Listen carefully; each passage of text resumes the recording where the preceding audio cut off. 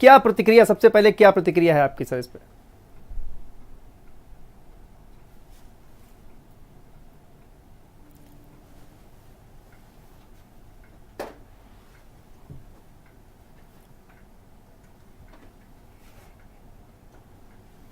तो देखिए बात करेंगे, लेकिन सबसे पहले स्वाति आपके पास आते हैं। देखिए जिस तरह से हमने कहा कि जो तमाम विपक्षी पार्टियां हैं वो भी कोशिश में लगी हुई हैं कि वो जो उनका जो अध्यक्ष है प्रदेश का, उसका भी जो नाम है वो सामने आए, लेकिन भारतीय जनता पार्टी ने इसमें बाजी मार दी है। स्वाति, तो मैं चार्ज लगा के आ जाऊं?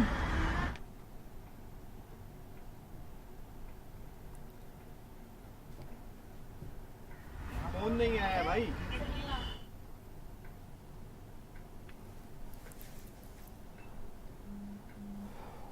और संजय आपके पास आते हैं। देखिए स्वाति से भी बात करने की कोशिश करेंगे, लेकिन संजय आपके पास आते हैं। जिस तरह से कहा जाए कि अब चूंकि भूपेंद्र सिंह चौधरी का जो नाम है वो सामने आ गया है, किस तरह से आगे की रणनीति बनने वाली है, और भूपेंद्र सिंह चौधरी जो है वो लखनऊ आकर किस तरह से संगठन की शुरुआत करेंगे, क्या इसको लेकर कोई जानकारी अभी तक?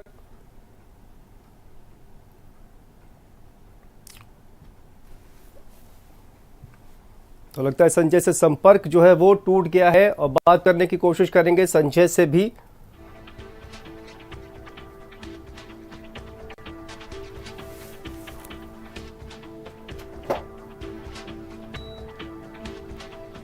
तो भूपेंद्र चौधरी को उत्तर प्रदेश बीजेपी अध्यक्ष की कमान सौंपी गई है। आपको बता दें कि योगी सरकार में पंचायती राज मंत्री हैं भूपेंद्र सिंह चौधरी,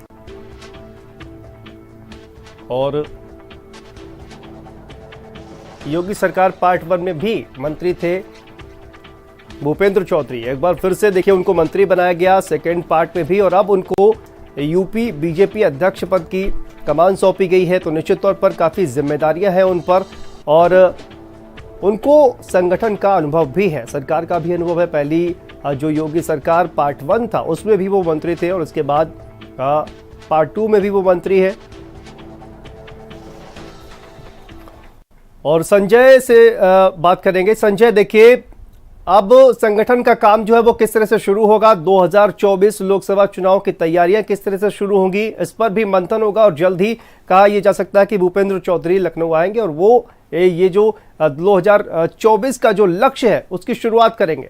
संजय, भूपेंद्र चौधरी को बड़ी और अहम जिम्मेदारी मिली है, और देश ही नहीं दुनिया की सबसे बड़ी पार्टी है बीजेपी इस समय जिस तरीके से इसकी परफॉर्मेंस चल रही है, तो एक और यूपी देश का सबसे बड़ा प्रदेश है। ऐसे में एक बड़ी जिम्मेदारी के साथ साथ बड़ी चुनौतियां भी उनके सामने है, क्योंकि 14 से जिस तरीके से बीजेपी अपने जीत के रथ पे सवार हुई थी, 14 से लेकर के 17, 17 से 19, 19 के बाद 22 में भी प्रचंड बहुमत के साथ जो योगी 2 है वो रिपीट हुई है सरकार। तो ऐसे में 24 का चुनाव जीतना एक बड़ी अहम जिम्मेदारी कहीं ना कहीं प्रदेश अध्यक्ष के कंधों पर आई है। उसे कैसे निभाते हैं और परिणाम आगे आने वाले दिनों में कैसे दिखते हैं, लेकिन अभी तक का जो परफॉर्मेंस बीजेपी का रहा है हो या फिर जो नए नवेले प्रदेश अध्यक्ष नवनियुक्त हुए हैं उनका, संगठन का उनका खासा अनुभव है, सीनियर लीडर है यूपी में। और केवल पश्चिम ही नहीं, आगरा की बात कर ले, मथुरा की बात कर ले, यहाँ पर भी उनका प्रभाव ठीक ठाक है, क्योंकि जाट नेताओं का आगरा और मथुरा में भी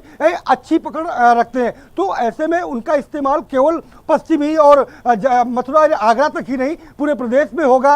और कहीं ना कहीं यही वजह है कि भूपेंद्र चौधरी को यूपी की अहम जिम्मेदारी सौंपी गई है। शांतनु, बिल्कुल संजय, देखिए और स्वतंत्र देव सिंह ने भी काफी अहम जिम्मेदारी निभाई है इस पद पर, काफी कहा जाए कि सफलतापूर्वक उन्होंने जो अपना कार्यकाल है वो पूरा किया है, और अब जो है वो भूपेंद्र सिंह चौधरी को जिम्मेदारी मिली है।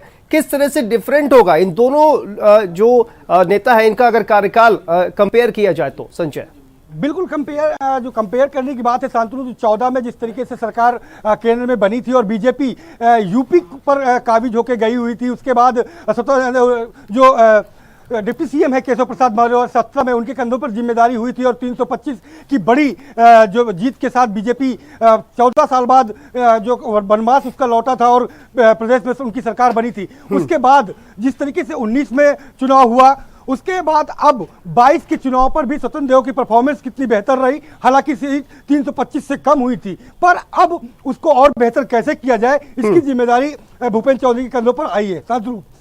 बिल्कुल, तो कहीं ना कहीं भूपेंद्र चौधरी पर अब बड़ी जिम्मेदारी है। स्वाति भी हमारे साथ दिल्ली से जुड़ी हुई है। स्वाति, देखिए भूपेंद्र चौधरी पर जिम्मेदारी आ गई है और कहीं ना कहीं 2024 का जो लोकसभा चुनाव है उसमें किस तरह से कहा जाए कि चाहे वो टिकट बंटवारे की बात हो या फिर तमाम जो संगठन के जो पद है उनको देने की बात हो, इसमें कहीं ना कहीं एक बहुत अनुभव की जरूरत है। और भूपेंद्र चौधरी की अगर बात की जाए तो उनको संगठन का अनुभव है, इसका फायदा भारतीय जनता पार्टी को निश्चित तौर पर मिलने वाला है। स्वाति,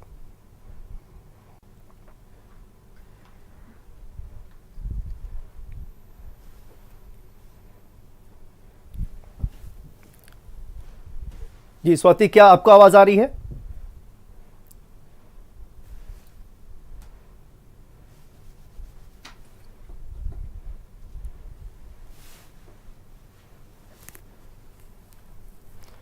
तो देखिए स्वाति से संपर्क टूट गया है, लेकिन जिस तरह से आपको बता दें कि भूपेंद्र चौधरी को कमान सौंपी गई है, निश्चित तौर पर भारतीय जनता पार्टी ने काफी सोच विचार कर यह फैसला लिया होगा और इसका फायदा भी भारतीय जनता पार्टी को मिलेगा।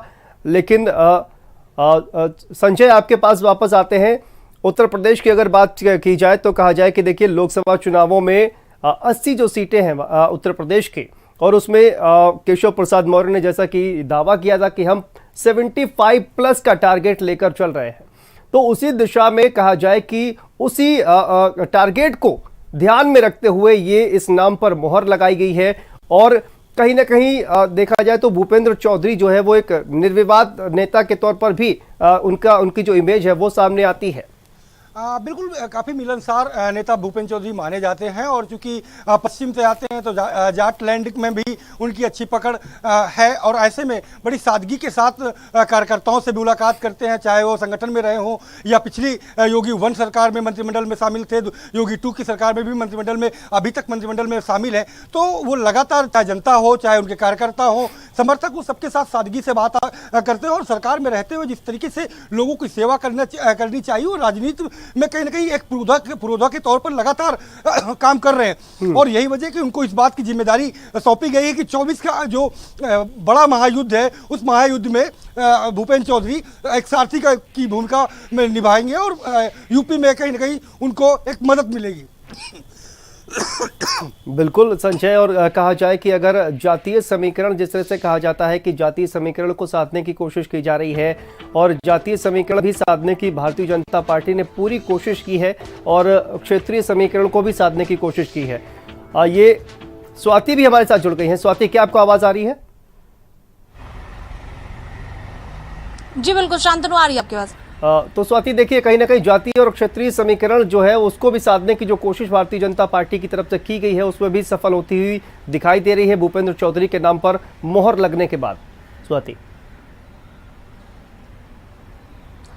जी बिल्कुल शांतनु, देखिए हर मुद्दे को लेकर मंथन किया गया है कि अगर अध्यक्ष की जिम्मेदारी जिन्हें सौंपी जाएगी उससे आने वाले दिनों में उत्तर प्रदेश में भारतीय जनता पार्टी को क्या फायदा होने जा रहा है। और इसी के तहत दिल्ली में बार बार मंथन किया जा रहा था और तमाम नामों पर मंथन किया गया है। ऐसी बात नहीं है कि सिर्फ भूपेंद्र चौधरी का नाम निकल कर सामने आया उसे फाइनल कर दिया गया है। इससे पहले भी बीजेपी के राष्ट्रीय अध्यक्ष जेपी नड्डा के आवास पर कई बार मंथन हुआ है और कई नामों को लेकर चर्चा की गई है। कई ऐसे ब्राह्मण चेहरे थे जिनको लेकर चर्चा किया गया है, कई ऐसे एससी चेहरे थे जिनको लेकर चर्चा किया गया है, लेकिन फाइनल मोहर भूपेंद्र चौधरी के नाम पर लगाया गया। इसकी वजह साफ तौर पर यह मानी जा रही है कि जाट बिरादरी में अच्छी पकड़ भूपेंद्र चौधरी की है और आने वाले दिनों में भारतीय जनता पार्टी को उत्तर प्रदेश यानी लोकसभा चुनाव में सीधे तौर पर 80 में से ज्यादा सीटों पर जीतने का लक्ष्य बीजेपी ने रखा है। यानी अभी से अगर आप नेताओं के बयान को सुनेंगे, मंत्रियों को सुनेंगे तो 80 में से 80 सीट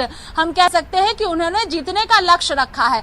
ऐसे में अगर भूपेंद्र चौधरी को जिम्मेदारी सौंपी गई है तो जाट बिरादरी में एक अच्छी पकड़ मानी जा रही है, संगठन का एक अच्छा अनुभव माना जा रहा है। इसके साथ ही पश्चिमी उत्तर प्रदेश में एक अच्छी पकड़ भूपेंद्र चौधरी की है और इसी वजह से ये जिम्मेदारी भूपेंद्र चौधरी को भारतीय जनता पार्टी ने सौंपा है, चूंकि 2024 का लोकसभा चुनाव सामने है और ये कहा जाता है शांतनु की दिल्ली का रास्ता उत्तर प्रदेश से होते हुए दिल्ली पहुंचता है। यानी साफ तौर पर पूरा का पूरा फोकस भारतीय जनता पार्टी का बिल्कुल स्वाति, और जैसा कि आपने कहा कि कई नामों पर चर्चा हुई थी, देखिए स्वाति, आपने कहा कि कई नामों पर चर्चा हुई थी, लेकिन हम देखें कि पिछले दिनों जो है वो केशव प्रसाद मौर्य वो भी दिल्ली पहुंचे हुए थे। उन्होंने भी जेपी नड्डा से मुलाकात की थी और उसके बाद उनका एक ट्वीट आता है कि देखिए संगठन जो है वो सरकार से बड़ा है, और उसके बाद भूपेंद्र चौधरी को वहां पर बुलाया जाता है और भूपेंद्र चौधरी के नाम पर मोहर लग जाती है। तो क्या ये समझा जाए कि तमाम जो कहा जाए कि चर्चा है, मंथन है, वो केशव प्रसाद मौर्य के साथ भी किया गया, उनसे भी कहीं ना कहीं उनकी सहमति जानने की कोशिश की गई, क्योंकि पहले उनका भी नाम जो है वो इस लिस्ट में चल रहा था। जी बिल्कुल, देखिए कई नामों पर मंथन हुआ है और जब डिप्टी सीएम केशव प्रसाद मौर्य आए थे तब बताया गया था कि राय मशवरा किया जा रहा है, चर्चा किया जा रहा है, मंथन किया जा रहा है, क्योंकि भारतीय जनता पार्टी तुरंत कोई फैसला और निर्णय नहीं लेती है और इसी वजह से तमाम नामों को लेकर पहले चर्चा की गई। जब केशव प्रसाद मौर्य दिल्ली पहुंचे थे और बीजेपी के राष्ट्रीय अध्यक्ष जेपी नड्डा के साथ करीब 1 घंटे तक बैठक चली थी दोनों नेताओं के बीच में, उत्तर प्रदेश को लेकर चर्चा किया गया था और सूत्र बता रहे हैं कि उस दौरान भी अध्यक्ष को लेकर चर्चा हुई थी कि चूंकि कई नेताओं से बीजेपी के राष्ट्रीय अध्यक्ष मिल रहे थे। हमने इससे पहले भी कहा कि चाहे ब्राह्मण चेहरा हो, ओबीसी चेहरा हो या एससी चेहरा हो, हर एक नेताओं से बीजेपी के राष्ट्रीय अध्यक्ष जेपी नड्डा ने मुलाकात की है, चर्चा अध्यक्ष को लेकर हुई है और उसके बाद फाइनल मंथन जब हुआ है तब भूपेंद्र चौधरी को दिल्ली बुलाया गया और भूपेंद्र चौधरी संगठन महामंत्री उस दौरान सुनील बंसल जो थे, जो अभी राष्ट्र में है, उनके साथ ही जेपी नड्डा के आवास पर पहुंचते हैं और वहां पर करीब आधे घंटे तक पहले चर्चा होती है और उसके बाद फाइनल मुहर भी लग जाता है और उसके बाद ही कहा जाता है कि कभी भी सूची भारतीय जनता पार्टी की तरफ से जारी की जा सकती है। लेकिन जब सुबह होते होते 11-12 बजे का वक्त था जब सबसे पहले भारत समाचार ने खबर चलाई कि भूपेंद्र चौधरी के पास फोन चला गया है और उन्हें बता दिया गया है कि आपको उत्तर प्रदेश की भाजपा अध्यक्ष की कमान मिलने जा रही है और मिल रही है। इसके बाद ही पूरी तरह से जो है कंफर्म तय हो गया और थोड़ी देर बाद ही सूची भी भारतीय जनता पार्टी की तरफ से जारी कर दी गई कि भूपेंद्र चौधरी उत्तर प्रदेश के नए बीजेपी अध्यक्ष होंगे। अब इस वक्त जो खबर सामने आ रही है कि बीजेपी अध्यक्ष जेपी नड्डा से भूपेंद्र चौधरी मुलाकात कर सकते हैं शाम के वक्त, यानी अब अध्यक्ष की जिम्मेदारी मिल गई है, औपचारिक तौर पर ऐलान कर दिया गया है। तो अब शाम में चूंकि दिल्ली में भूपेंद्र चौधरी मौजूद है, कई मंत्री जो उत्तर प्रदेश के दिल्ली में मौजूद थे वो सुबह से ही बधाई देने पहुंच रहे थे, लेकिन भूपेंद्र चौधरी किसी से बातचीत नहीं कर रहे थे, क्योंकि जब तक औपचारिक ऐलान नहीं हो जाता तब तक भारतीय जनता पार्टी में कोई रिस्क नहीं लेता है और इसी वजह से जब औपचारिक ऐलान कर दिया गया उसके बाद ही जो है अब मुलाकात का सिलसिला शुरू होगा। इस वक्त जो खबर आ रही है कि बीजेपी के राष्ट्रीय अध्यक्ष जेपी नड्डा से मुलाकात भूपेंद्र चौधरी की शाम में होगी। इसके बाद जो तमाम केंद्र नेतृत्व है उनसे भी भूपेंद्र चौधरी आज मुलाकात करेंगे, चूंकि दिल्ली में मौजूद है, यानी मुलाकात का सिलसिला अब शुरू होगा। एक संदेश भारतीय जनता पार्टी की तरफ से भूपेंद्र चौधरी को अध्यक्ष की जिम्मेदारी देते ही पूरे देश भर में दिया गया है, खासतौर पर उत्तर प्रदेश में दिया गया।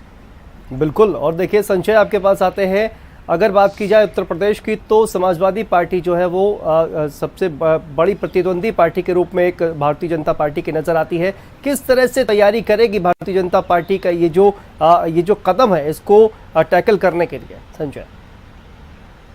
को देखते हुए भारतीय जनता पार्टी ने पश्चिम को बहुत विशेष तौर पर अब की बार फोकस पे रखा है। ये कहा जाए कि एकदम जो लक्ष्य है वो पश्चिम से साधने का प्रयास है। आपको बताऊं कि जिस तरीके से संगठन महामंत्री को जिम्मेदारी धर्मेंद्र सिंह को मिली थी, उसके बाद उन्होंने पहली अगर संगठन की कोई बैठक की थी तो पश्चिम में की थी। उसके बाद लगातार अब सीएम के दौरे पश्चिम पे लग रहे हैं और अब प्रदेश अध्यक्ष भी जो आया है वो पश्चिम से ही उसी जाटलैंड के बीच से, जाटों के बीच से ला करके दिया गया है। क्योंकि विपक्ष के तौर पर समाजवादी पार्टी ने जिस तरीके से आरएलडी प्रमुख जयंत को राज्यसभा सांसद बना करके उस जाटलैंड में खुद को काबिज करने का और जाटों को किस तरीके से सम्मानित समाजवादी पार्टी कर सकती है वो दांव खेला था। उस धार को कैसे कुंद किया जाए। अभी पिछले दिनों से आपने देखा होगा कि किसान यूनियन के जो राष्ट्रीय प्रवक्ता है राकेश टिकैत, वो लगातार सरकार के खिलाफ धरने प्रदर्शन लखीमपुर से लेकर के पश्चिम और दिल्ली तक में कर रहे हैं। तो इन तमाम चीजों को कैसे कुंद किया जाए, इनकी धार को कैसे कुंद किया जाए जाटलैंड में। तो संजय अब क्या कह सकते हैं कि जो सपा और राष्ट्रीय लोकदल का जो गठबंधन है उसको और भी ज्यादा मजबूत करने का प्रयास जो है वो किया जाएगा?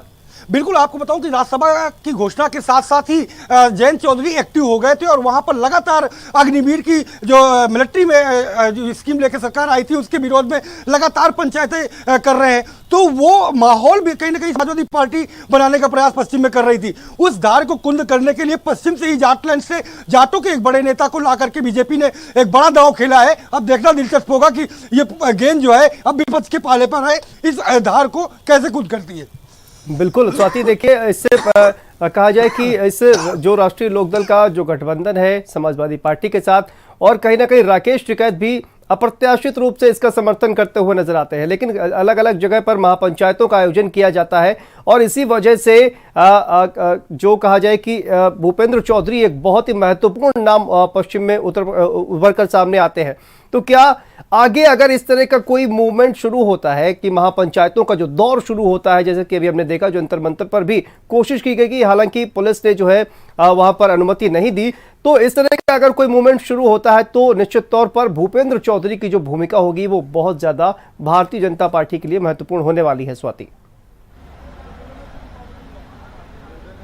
जी बिल्कुल शांतनु, देखिए हमें इससे समझने के लिए थोड़ा पीछे जाना पड़ेगा। क्योंकि समाजवादी पार्टी के कोटे से जयंत चौधरी को राज्यसभा भेजा गया, एक जाट नेता माने जाते हैं, एक संदेश दिया गया। ऐसे में भारतीय जनता पार्टी का पूरा फोकस विधानसभा से ही पश्चिमी उत्तर प्रदेश पर खास तौर पर रहा है और 2024 सामने है। ऐसे में ज्यादा से ज्यादा सीटें यानी 80 लोकसभा सीटों में 80 लोकसभा सीटों का लक्ष्य बीजेपी ने रखा है, लेकिन 75 प्लस तो रखा ही है कि 75 से ज्यादा सीटें उत्तर प्रदेश से भारतीय जनता पार्टी को मिलना चाहिए लोकसभा चुनाव में, और यही संदेश दिया गया है। चूंकि इससे पहले अगर हम देखते हैं तो ब्राह्मण चेहरे को भी उत्तर प्रदेश में बीजेपी का अध्यक्ष बनाया गया है, लक्ष्मीकांत वाजपेयी अध्यक्ष रहे उत्तर प्रदेश में, और भी कई जो जाति को देखते हैं हम तो उससे अध्यक्ष बीजेपी ने बनाया है। तो सीधे तौर पर जातीय समीकरण को साधा गया है, सीधे तौर पर ज्यादा लोकसभा सीटें जिनमें अच्छी पकड़ भूपेंद्र चौधरी की है, इसी वजह से उन्हें जिम्मेदारी दी गई है। दूसरा फैक्टर ये है।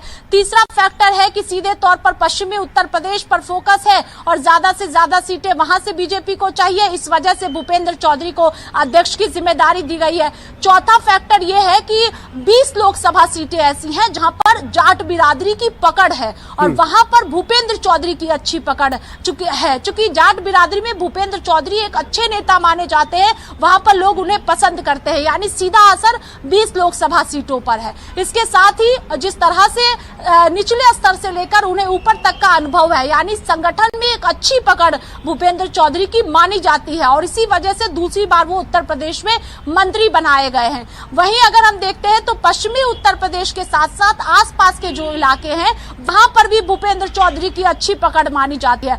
अब सीधा चुनौती भारतीय जनता पार्टी 2024 में देने जा रही है। समाजवादी पार्टी ने जिस तरह से संदेश दिया था उन्हें राज्यसभा भेजकर जयंत चौधरी को, उस संदेश को भी हटाकर अब बीजेपी ने एक नया संदेश दे दिया है कि हम जो जाट नेता को भूपेंद्र चौधरी को बनाया गया है। चूंकि किसान परिवार में जन्मे हैं भूपेंद्र चौधरी, ऐसे में किसानों के बीच भी एक संदेश जाएगा। चूंकि पिछले साल जिस तरह से आंदोलन किया गया और वो आंदोलन लंबा चला, बीच बीच में किसानों की नाराजगी साफ तौर पर सामने आती है और ऐसे में जब भूपेंद्र चौधरी को अध्यक्ष की जिम्मेदारी सौंपी गई है तो कहीं ना कहीं किसानों में भी खुशी होगी, चूंकि वो किसान परिवार से आते हैं, जाटों में एक अलग खुशी होगी। तो ये तमाम फैक्टर है जिसको लेकर भारतीय जनता पार्टी ने विचार किया और फाइनल मोहर भूपेंद्र चौधरी के नाम पर बीजेपी के केंद्रीय नेतृत्व ने लगाया है। अब चूंकि फाइनल हो गया है, उनका नाम तय हो गया है, ऐलान हो गया है, तो अब भूपेंद्र चौधरी खुलकर सामने आएंगे, मुलाकात करेंगे तमाम केंद्रीय नेतृत्व से और शाम में तय भी बीजेपी के राष्ट्रीय अध्यक्ष जेपी नड्डा से मिलने का समय तय हो चुका है। वो अब से थोड़ी देर बाद ही राष्ट्रीय अध्यक्ष जेपी नड्डा से मिलने जाएंगे। ये भी समझना होगा कि कल जब मिलने गए थे और आज जब मिलने जाएंगे तो दोनों में फर्क होगा, क्योंकि अब औपचारिक ऐलान हो गया है, कल छिपाया जा रहा था, पीछे के दरवाजे से निकले थे भाजपा के राष्ट्रीय अध्यक्ष जेपी नड्डा के आवास से, यानी मीडिया के बीच ना जा पाए कि भूपेंद्र चौधरी यूपी के अध्यक्ष बन रहे हैं। और सुबह से ही लगातार संपर्क हम सब साध रहे थे कि बातचीत हो जाए, लेकिन बातचीत नहीं हो पा रही थी, क्योंकि भूपेंद्र चौधरी के जो करीबी थे वो बता रहे थे कि औपचारिक ऐलान हो जाएगा, उसके बाद वो मीडिया से बातचीत भी करेंगे। करेंगे, यानी अब मीडिया के सामने भी आएंगे। औपचारिक ऐलान हो गया है। बिल्कुल, तो कहीं ना कहीं अब औपचारिक ऐलान हो गया है, तो मीडिया से बातचीत शायद करेंगे और मुलाकात भी जल्द से जल्द होगी। बहुत बहुत शुक्रिया स्वाति आपका इस तमाम जानकारी के लिए।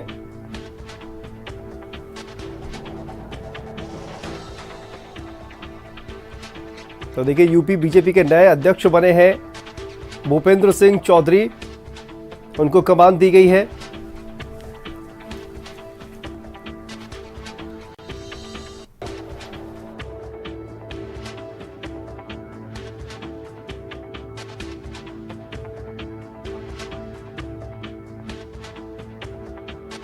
जो है वो बीजेपी के अध्यक्ष बने हैं उत्तर प्रदेश के, और उनको कमान मिली है। तो देखिए, भारतीय जनता पार्टी के प्रदेश अध्यक्ष बनाए जाने पर पहले तो मैं नेतृत्व को बधाई देता हूं कि नेतृत्व ने इसको विराम लगा दिया है, और ये पश्चिमी उत्तर प्रदेश से प्रदेश अध्यक्ष दिया है, तो पार्टी को बहुत बहुत बधाई देता हूं। अपने राष्ट्रीय अध्यक्ष माननीय जेपी नड्डा जी को और पार्टी के नेतृत्व माननीय प्रधानमंत्री और श्री अमित शाह जी ने ये बहुत अच्छा समन्वय किया है। पूर्व से पश्चिम को एक साथ संगठन के साथ रख करके सरकार और उसका समन्वय बनाने के लिए ये निर्णय लिया गया है, और भूपेंद्र चौधरी भारतीय जनता पार्टी के बहुत अच्छे प्रदेश अध्यक्ष साबित होंगे, और पार्टी को और संगठन को आगे बढ़ाने में उनकी अहम भूमिका रहेगी, और 2024 में वो 80 की 80 सीटें लेकर के आएंगे।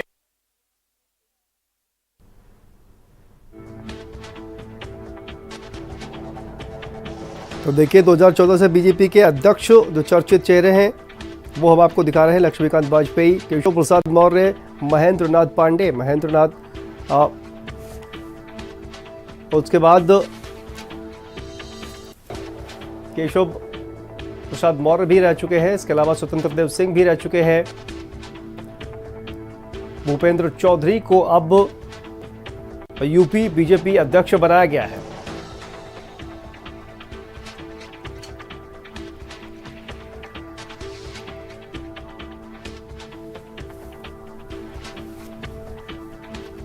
तो लगभग सभी वर्गों को साधने की कोशिश जो है वो भारतीय जनता पार्टी की तरफ से की जाती है, और उसी कड़ी में देखिए भूपेंद्र चौधरी को कमान सौंपी गई है। अब ये बीजेपी का जो दांव है वो कितना सफल होता है ये आने वाला वक्त बताएगा, लेकिन भूपेंद्र चौधरी को यूपी बीजेपी की कमान सौंपी गई है।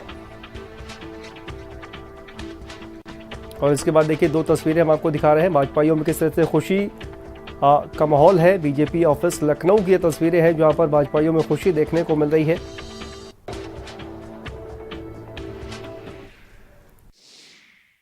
लंबे समय से बीजेपी प्रदेश अध्यक्ष का इंतज़ार किया जा रहा था, अब वो इंतज़ार ख़त्म हो गया है। भूपेंद्र सिंह चौधरी को यूपी बीजेपी प्रदेश अध्यक्ष बना दिया गया। इस वक्त हम बीजेपी कार्यालय के बाहर खड़े हैं। आप देख सकते हैं तमाम जो कार्यकर्ता हैं, नेता हैं, वो बीजेपी कार्यालय पहुंच रहे हैं, क्योंकि अब से कुछ देर पहले भूपेंद्र सिंह चौधरी को बीजेपी का उत्तर प्रदेश का प्रदेश अध्यक्ष बना दिया गया है। लोगों में खुशी भी है, क्योंकि भूपेंद्र चौधरी एक साधारण नेता हैं। माना जाता है कि वो ज़मीनी नेता हैं, लोगों से मिलते जुलते रहते हैं, पश्चिम क्षेत्र के ये नेता हैं। तो अब बीजेपी में जो प्रदेश अध्यक्ष की खोज थी वो पूरी तरह से ख़त्म हो गई है। कई नाम सामने आए, लेकिन फाइनल भूपेंद्र सिंह चौधरी पर हुआ। लखनऊ से कफीलुर रहमान, भारत समाचार। तो